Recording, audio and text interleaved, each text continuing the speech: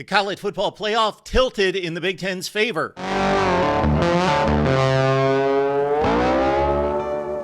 Thanks for stopping by here at the Voice of College Football, the best in discussion, debate, and analysis based on your participation. We appreciate you being here. Please hit the like and subscribe right here at the Voice of College Football. Tony Petitti was hired by the Big Ten to save college football. No. Tony Petitti was hired by the Big Ten to run a corporation, to run it like a business, to build the brand and make money. Now, if he saves college football or makes it better for the average fan from coast to coast in the meantime, that's all well and good. That's great. That's a bonus. But build the Big Ten is first and foremost for Tony Petitti. Now, we know that the College Football Playoff Management Committee proposed and had a model built and approved for the 12-team playoff starting in 2024. However, there's been a landscape change to college football since with the Pac-12 demise. And so it may be tweaked. We shall see. It has to be tweaked to a certain extent. And there are meetings for the College Football Playoff Management Committee coming up on the 21st of February in Dallas. And we may hear some announcements after that. Here are my thoughts about what Tony Petitti said on an ESPN interview this week, and then also what that means for the Big Ten, college football, and how this may look when it's all said and done, and what is really going to factor into college football playoff selection. So Petitti told ESPN this week that he wants to position the conference for the most postseason teams possible. He wants to maximize that, the opportunity, the path to college football playoff games, and then also he wants to play the most games possible in November down the stretch that are meaningful toward the playoff. Quote, "We've got some work to do to figure out what the future model is because obviously it has real impact on your regular season. You want to make sure that your teams have the ability to make a breakout season and qualify. And we also have to be realistic about what should get you access in terms of number of wins. Look, we want to play meaningful games late in the season. We want fans to think that you know a game in the second week of November, even if you've already lost 2 or 3 games, still has a lot of value. That's the goal," end quote. So check out our previous videos. I will try to find them and drop them in the comments section below because we've run the numbers and looked at the College Football Playoff Committee rankings to see how many teams from different conferences would make the playoffs and would have made the playoffs during the playoff era in particular. We've taken it further back than that, but really the only ones that relate and you have a direct correlation would be during the playoff era. And basically, here's the deal. If you play in the SEC or the Big Ten, even if you play anywhere else in a 12-team playoff in a major conference, 10-2 is going to get you into the playoff basically 100% of the time. 9-3, you're on the edge, but most likely you're out. It's that close. 9-3 is going to typically be a log jam, and most of those teams are going to be left out. The interesting factor in this is a 10-3 team that just lost a conference championship game. If you look at the College Football Playoff Committee rankings, typically those teams at 10-2 going into the championship game were in the 12-team field. Then once they lost, got knocked down to 15, 16, 17 in the country, something in that range. Therefore, they would have been left out. Are those teams going to be penalized in the future for losing conference championship games? Again, the committee might look at it differently, knowing we're selecting for a 12-team field, not a 4-team field, and really the rest of the rankings are just window dressing at that point. So what would the Big Ten do to make its teams more viable to get as many teams into the playoff as possible? Because bottom line, that's exactly what Tony Petitti's talking about. We want to play games that people are watching in November and then still get as many teams into the field as possible. Well, on the surface, those two goals run in direct contradiction to each other because how do these teams get selected? Well, during the 4-team playoff, we can make all sorts of estimations and evaluations of why those teams were selected, but when it comes right down to it, Power 5 teams were basically selected in order of wins. If you won the football games up until 2023 with Florida State undefeated, up until then, all the teams that had the better record in the Power 5, they made it. And then, of course, if there were ties, then preference was given to certain teams based on their schedule, based on head-to-head wins and so forth and so on. But basically, the playoff committee just went in order of wins. So if they continue to do that, then the best records are going to produce the most college football playoff teams. But Tony Petitti wants meaningful games in November.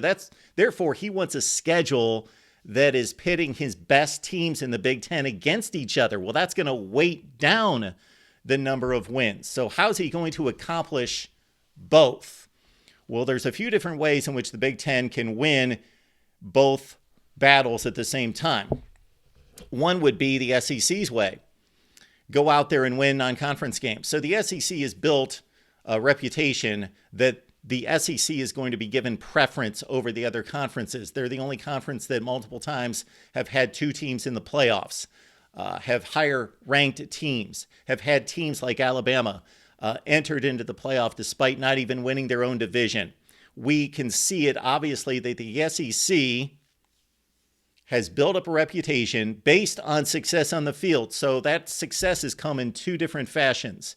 Both winning the big non-conference games in September to say, hey, we're the best conference because we've won the most games and the biggest games against the best opponents from the other power conferences, that we should be given the benefit of the doubt.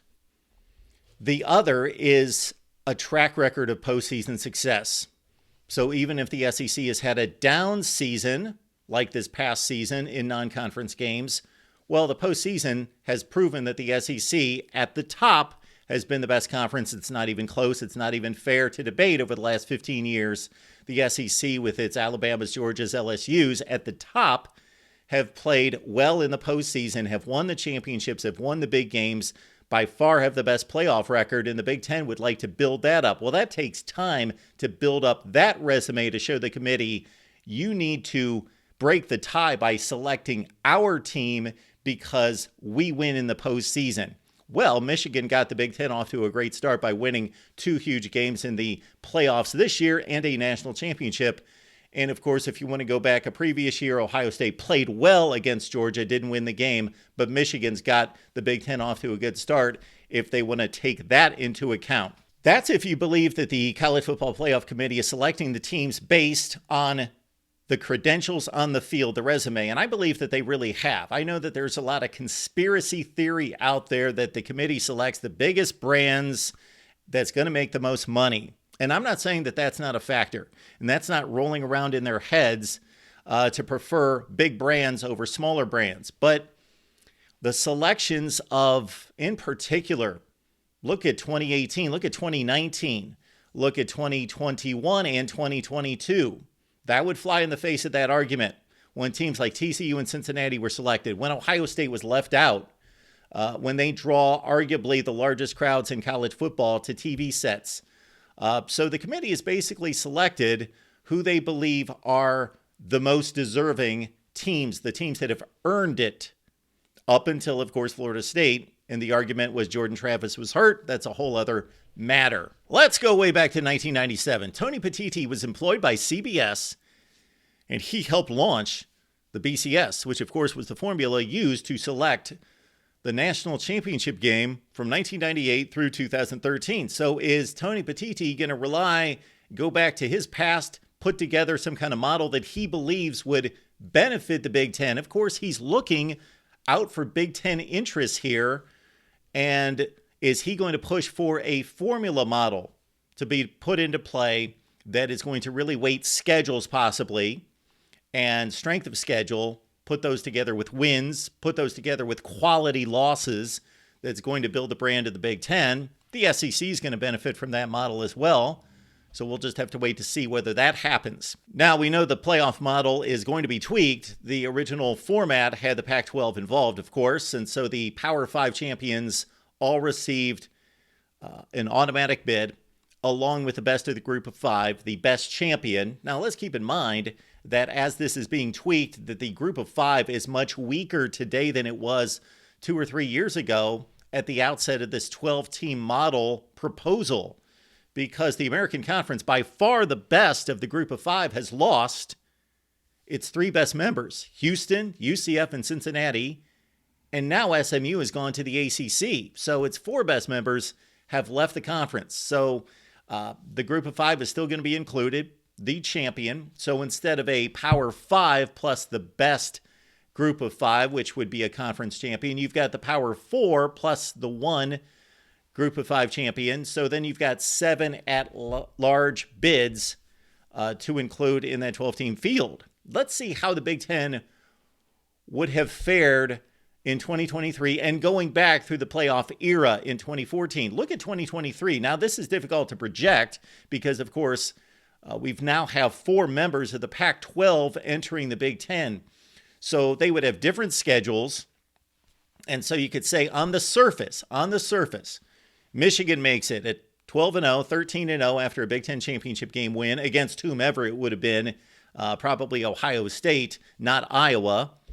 Ohio State makes it at 11-1 or 11-2 with the championship game loss. Penn State makes it at 10-2. Then we also have Oregon and Washington. And on one hand, you would say, well, the schedules are going to be tougher, therefore they're going to have more losses. Yes, that is true, but consider Penn State is not going to be playing Ohio State and Michigan every year going forward. Also consider that Washington was undefeated against a good conference and a tough schedule. Oregon only lost 1 game, and that was to Washington at the gun. So tack on another loss for Oregon, tack on 2 losses for Washington, they would still be in the playoff. The Big Ten would have had 5 teams in the field for a 12-team playoff in 2023. In 2022, Michigan's in, undefeated Big Ten champion. Ohio State made a 4-team field, so they're in the 12. Then we also have from the Big Ten possibly Penn State, number 11 at this point, after 2 regular season losses to Ohio State and Michigan at 10-2. Washington sitting at 10-2 is the number 12 team, but again, you've got to get the group of 5 team in there as well. And we skip by USC, but they're at number 10 in the country. So the Big Ten would have a lot of border teams in that 2022 season. And of course, the schedules are different. The records would be different, but these really good teams that are going 10-2, 11-1 are obviously going to win the additional games most of the time as well, except for when they play each other. So most likely, unless USC, Penn State, and Washington would show up big against Ohio State and Michigan in 2022, one of those 3 would have been left out and the Big Ten would have gotten 4 in the field. Oregon, not to be discounted there at number 15 in the final playoff rankings at 9-3. In 2021, Michigan won the Big Ten championship at 12-1. Ohio State missed the 4-team field. They went to the Rose Bowl 10-2. They would be safely in at number 6 in the playoff rankings, well ahead of Michigan State. So the difference there is even though same conference, same record, Ohio State blasted Michigan State by 7 touchdowns. So obviously that's an easy tiebreaker there. So Michigan State would be hanging on the edge. But based on the playoff rankings here, they would have made a 12-team field. The scenario from the Pac-12 teams is that Utah, now a member of the Big 12, they won the Pac-12, but only a 10-3 after the championship game win because they beat Oregon, a 10-2 team. So the Ducks would probably not have made a Big Ten championship game, would have finished the season at 10-2 possibly, but with a tougher Big Ten schedule, probably 9-3, 8-4, and would have missed out. And, of course, Iowa also went 10-2, but they lost the Big Ten championship game by 39 points. So you got to think in this particular season, most likely it's Michigan, Ohio State, Michigan State in the playoff, and the other teams probably just outside. Let's skip 2020. The Pac-12 basically did. They were playing 4 or 5 football games, and even the records in the Big Ten, even though it produced a champion in Ohio State that went to the national championship game, we can't really take anything from 2020, especially trying to combine the 2 conferences. To 2019, Ohio State's undefeated Big Ten champ, they're in. Oregon won the Pac-12, ended up beating Wisconsin in the Rose Bowl. So 11-2 is going to get Oregon in from the Big Ten as well. They would have played Ohio State in a Big Ten championship game instead of Wisconsin.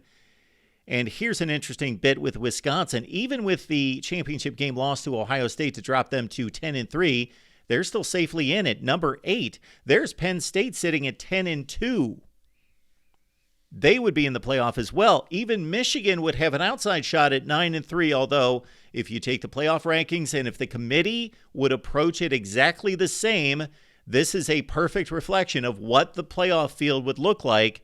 Of course, we got to consider the group of 5 team that's going to make it. So Michigan's probably out still, and you've got a field from the Big Ten that includes Ohio State, Oregon, and Wisconsin, also Penn State for a 4-team Big Ten field. In 2018, Ohio State won the Big Ten championship. 12-1, they're in. Then you also have Michigan, who lost to Ohio State to drop to 10-2, but they're still safely in at this point at number 7. UCF, the group of 5 that particular year, they would be in. However, they're in the Big 12 now, so we don't know what would have happened there. Of course, the configuration of the group of 5 completely different, with its best brands having left for the Big 12 and the ACC. We also have Washington, a 10-3 football team after they won the Pac-12 championship game. So would Washington have went to the Big Ten championship game, or would that have been Michigan? Who knows? It would have been Ohio State against somebody. And also Penn State's on the border at 9-3 at number 12. And they really would have been close because, again, there is a group of 5 in that 2018 model with UCF, but in the 2024 model, somebody else would have made it from the group of 5, and Penn State might be on the outside looking in. So most likely it would have been Ohio State, Michigan, and Washington in the field. And, of course, schedules, again, would be different, so maybe Penn State plays their way in. Let's take one of 2 between Washington and Penn State, 3 teams in the field for the Big Ten. 2017 was interesting in that Wisconsin was 12-0, lined up for a Big Ten championship game, would have knocked out Alabama, who eventually won the national championship, if they would have beaten Ohio State. But the Buckeyes won the Big Ten championship, so they're in at number 5. Wisconsin's in at number 6. Then we've got USC, who won the Pac-12 championship, so they're in at 11-2. Penn State had one of those 10-2 years.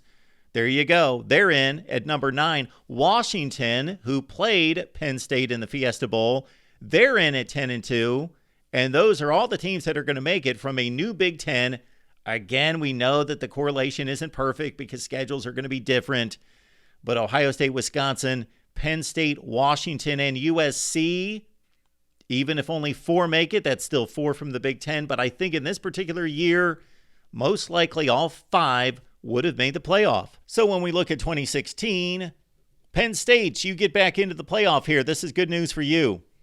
11-2, won the Big Ten championship. Ohio State got in with a better record and with the better strength of schedule, but they lost the head-to-head. Washington won the Pac-12 and got into the playoff that year. They were the last team from the Pac-12 to make the playoff before they made it back in here in 2023. So there's Ohio State, Washington, Penn State safely in. Michigan is a 10-2 football team, and of course they lost that overtime game to Ohio State. So they're in number 6 in the country. Look at that Big Ten loaded field. And then also Wisconsin lost the Big Ten championship to Penn State to drop them to 10-3. They still were number 8 in the country, even after losing the conference championship game by a touchdown to Penn State. So quality loss. Look at USC at 9-3. Again, records are different because the schedules would be different, but Ohio State, Washington, Penn State, Michigan, Wisconsin, USC. Oh my goodness, that's 6 from the Big Ten. Knock 1 out, and 5 still make it from the Big Ten. In 2015, Michigan State won the Big Ten. They beat Ohio State, who finished 11-1, so the Buckeyes make it as well. The Big Ten championship game included undefeated Iowa, who lost by a field goal to Michigan State. So all 3 of those Big Ten teams safely in. And then anybody else do we have here? Michigan would have been a factor at 9-3. However, most likely out. They were number 14 in the playoff rankings. And since Stanford won the Pac-12 championship game and they're headed to the ACC, the 4 teams from the Pac-12, no contribution there in the 2015 playoff model. In 2014, Ohio State's in as the Big Ten champion. You also have Michigan State at 10-2, safely in at number 8 in the country. Next up is Wisconsin at number 18, so they're going to get left out. But again, that's one of those situations where Wisconsin was much closer to the playoff field at 10-2. They lose by 59 points in the conference championship game, and that penalizes them down to number 18. And of course, Oregon was the dominant team in the Pac-12, winning the championship at 12-1. They made it to the national championship game, so it would have been Ohio State, Oregon, and Michigan State in the playoff, 3 for the Big Ten in 2014. Tony Petitti's making moves. We're making moves here at the Voice of College Football, so keep it locked in here. Please like the video and subscribe. That way you hit the bell for the notifications, you know when we go live. Well, one's for sure, the Big Ten Live Show every Friday at 7 p.m. Eastern Time. We will see you then.